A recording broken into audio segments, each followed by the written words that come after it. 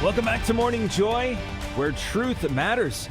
I'm your host, Keith Downey, and I want to say technically our guest has been seen on the show before. If you've live streamed any of our shows on Friday, you'll have seen that I wear this beautiful hat on Friday. For those listening on the radio, the hat says, "If dying, call a priest." Now, he's the creative force behind that hat and so much more. Greg from Saintwave Apparel. Good morning and welcome to the show, Greg. Good morning. Thank you for having me. Yes, and thank you so much for joining us this morning. But hey, before we get into it, let's start with you. So tell us, what is behind the story of Saintwave Apparel? Was there a moment in your life that sparked the idea to launch a clothing brand like this, or did it just kind of come out of nowhere? I have a history with this sort of thing. My field of study in college was graphic design. And before I graduated, I was already doing contract work with different retailers. And so I've been doing this for a while, but about 10 years ago, I converted. I became Catholic. And so I wanted to take what I've been doing, and I was still doing a lot of contract work with different businesses, but I wanted to build something, but primarily I wanted it to be Catholic focused.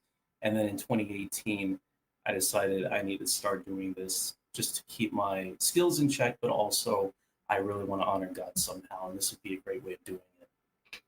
Oh, that's awesome. I'm excited to hear that you're a convert. We'll have to talk more about your conversion story on the After Show Clubhouse, but more on the topic here. So yeah, Saintwave, it really does have a unique blend of bold designs and deeper meaning.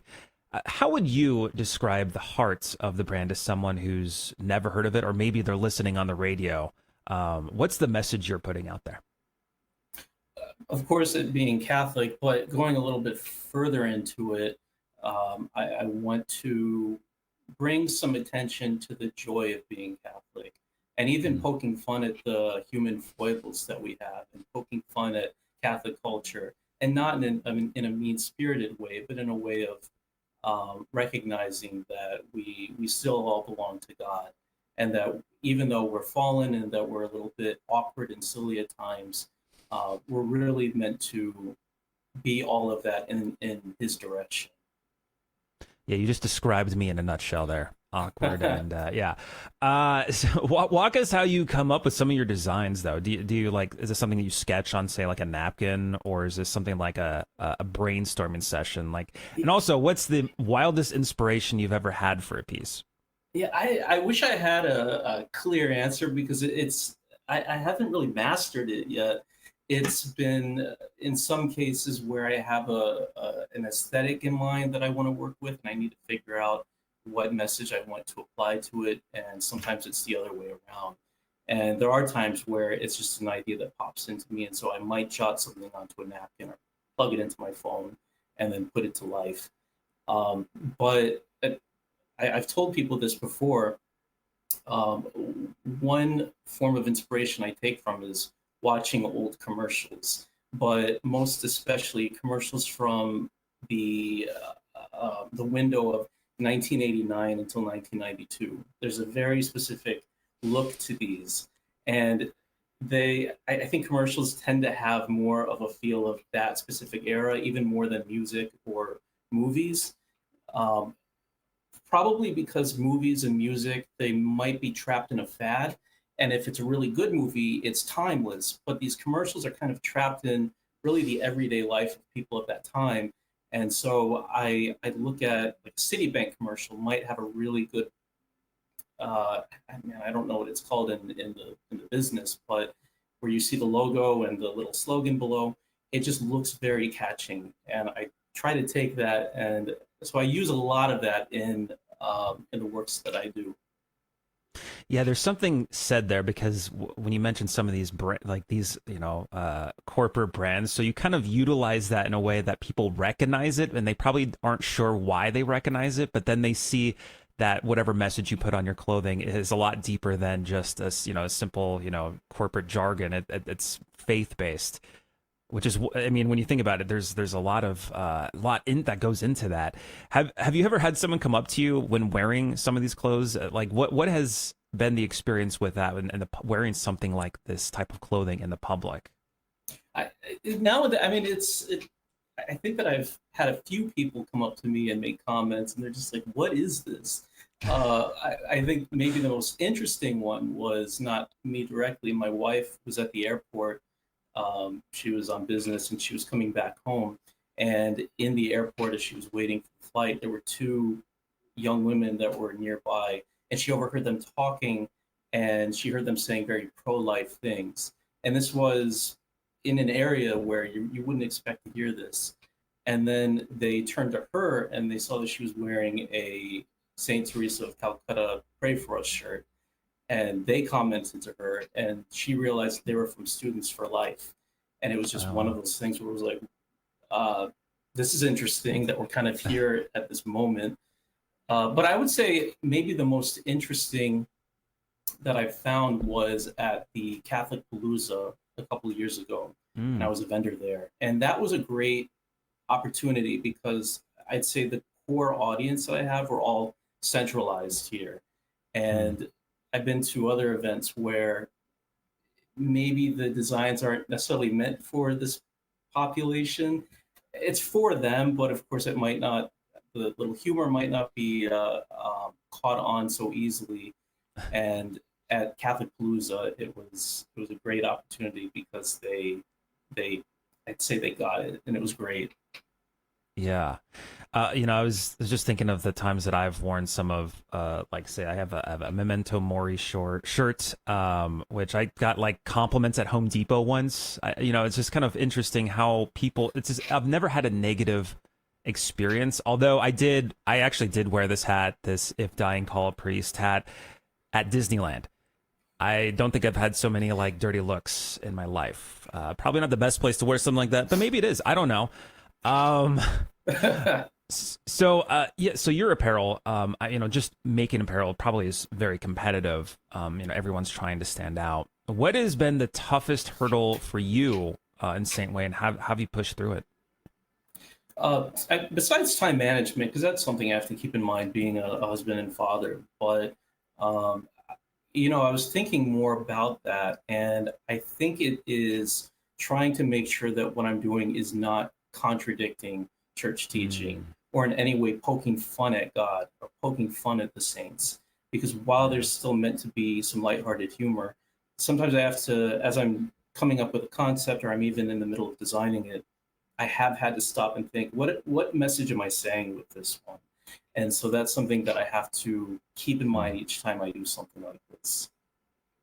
Yeah, that makes sense. You don't want to do any sort of disservice to the church or to any particular saint. There's a line that you could potentially cross, but you do a really good job, by the way, of not doing that. But for our listeners out there, they might be, thinking of maybe starting their own thing. Maybe it's a clothing line or something totally different. What's one piece of advice you'd give them from your experience with Saintwave? I would say do it. Definitely pray about it. Pray if this is something that you feel God might be calling you to do. But if that's the case, then you should be doing this. I would say on the practical side, write down everything. Give yourself some time. It's not going to be something that happens overnight. It is usually some time for something to develop. And so give yourself 3-5 years even. And that's okay. It's okay if it starts very small, but ultimately pray about it and then do it. Well said. Yeah. Now this is kind of an unrealistic scenario, but if you were only to have one of your items, whether it's a hat, shirt, sweatshirt, unable to have anything else but the specific one item, what design would it be of? Oh, man. Okay. It might be this one. Which I don't know if this is backwards on your end. It is for me. No, it's good on our end. Phone and rosary. Nice. It might be that one. I'm going to stick with that one because this has been my go-to at least lately. So it's keys, wallet, rosary, phone. Keys, wallet, phone, rosary. I had it backwards. Okay. I've had some people say, "Why is rosary not the first one?" It's like, okay, come on, guys.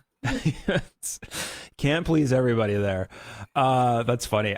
So real quick, I know we got about a minute and a half left here. Without giving away any maybe secrets of what's going on, at least on the horizon for Saintwave Apparel, any new collections that you're thinking of for the future?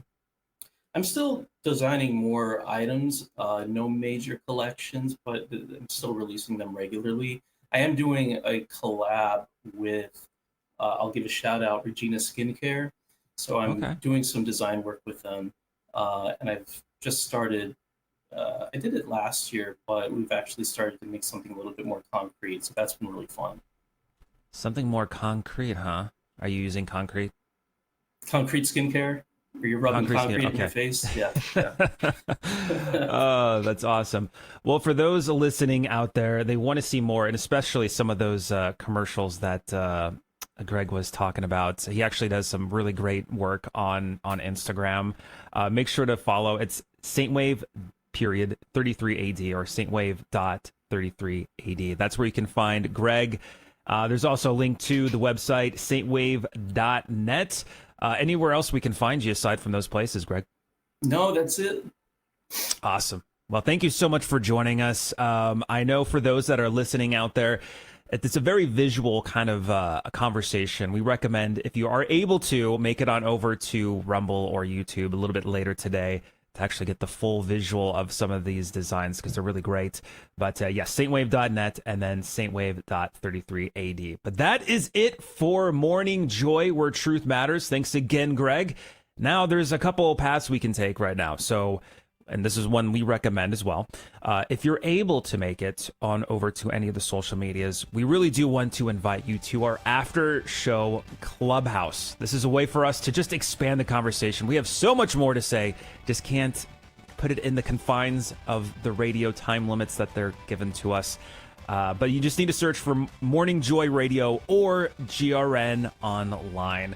We've got a great set of joyful warrior pilgrims, and we want you to be part of this whole thing, and you can do so. Otherwise, if this is us really parting ways, perhaps you're going to be listening to the Holy Mass coming up next. Please pray for all of us. We will continue to pray for you, especially as we're getting closer to the end of Holy Week.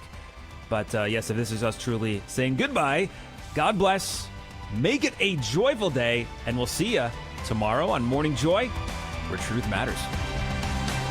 This has been Morning Joy, where truth matters, hosted by Keith Downey. Take some joy with you today. Visit grnonline.com/joy to listen again, share a segment, or answer the question of the day. That's grnonline.com/joy.